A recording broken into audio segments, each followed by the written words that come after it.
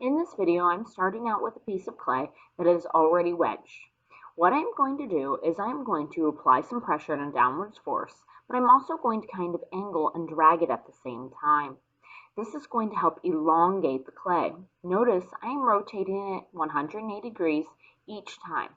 It's going to take a few tries, but after I start a couple of times, it is going to start growing out and elongating and thinning. This will allow me to make the clay in a size that is able to be used with a rolling pin. Notice I am not throwing it down with my full force. Instead, I am just using the pressure of gravity and the dragging motion across the canvas to create this sort of drag that allows it to elongate and thin. If I notice that it is elongating on one direction more than another, I will rotate the clay. Once I have the clay so that it is able to be rolled out, I'm going to grab my slats. Make sure that they have the same number on them so that they are the same thickness.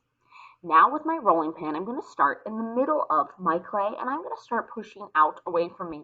I'm making sure that my rolling pin stays over top of the slats so that it does not end up going too thin because those slats are there to stop me from doing that.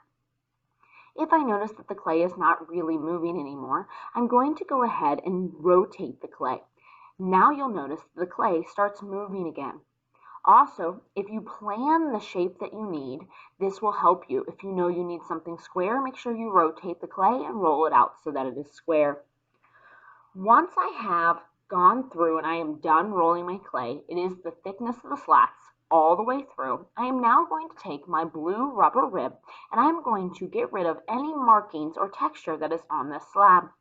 When I roll it over, you'll notice that there is a lot of texture on the bottom because this side has picked up the canvas because of the pressure of the rolling pin. As I continue with my rib, it's going to have a smooth texture on both sides.